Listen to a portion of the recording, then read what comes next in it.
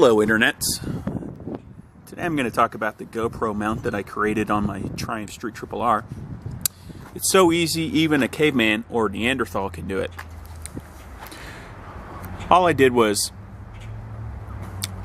look down through here to make sure that there wasn't any cables that were going to be in the way, because this is where the cables come down for the turn signals and for the tail license plate light.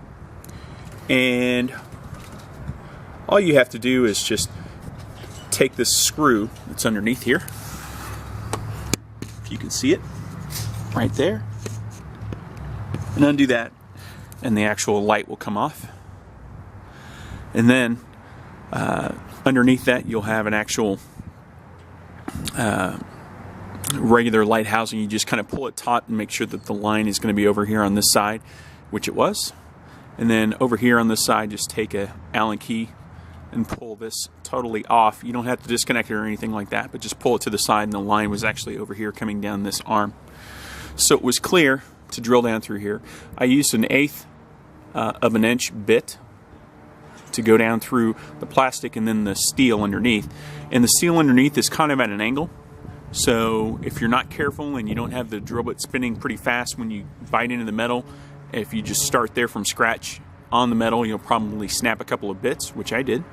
But if you have one of those cheap, inexpensive drill bit sets that has multiple bits in it, you can actually just go through those and it's not a big deal. At that point, once it was through the metal, I went ahead and took a, I believe this is a 4mm. Now that I've dropped it.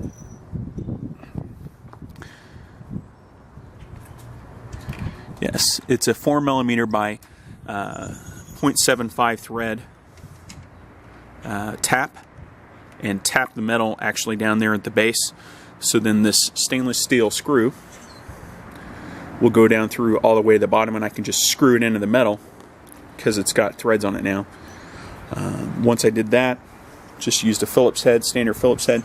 The screws that I got were 50 cents from your local hardware store. So not a big deal, pretty easy to get.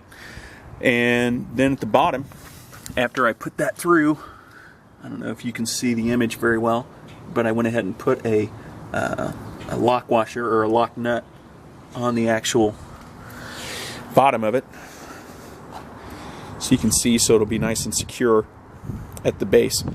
One of the things you want to make sure and do is don't over tighten this, because if you do that,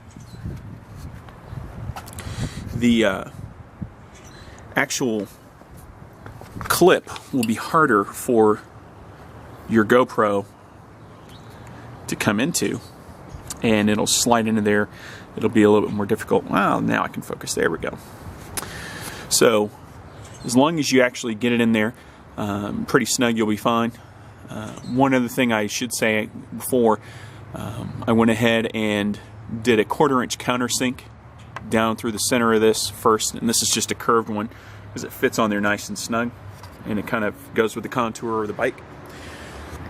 But once that was done, that's really it. Doesn't wiggle at all. The pad underneath it has got a nice shock absorber. I realize GoPro adhesive is supposed to be pretty good, but I don't believe 3M guarantees the adhesive on these to in the event of a loss of camera from the whole mount coming off. So that actually comes out the tail for a Tailcam. If you have any questions, shoot me a line in the comments.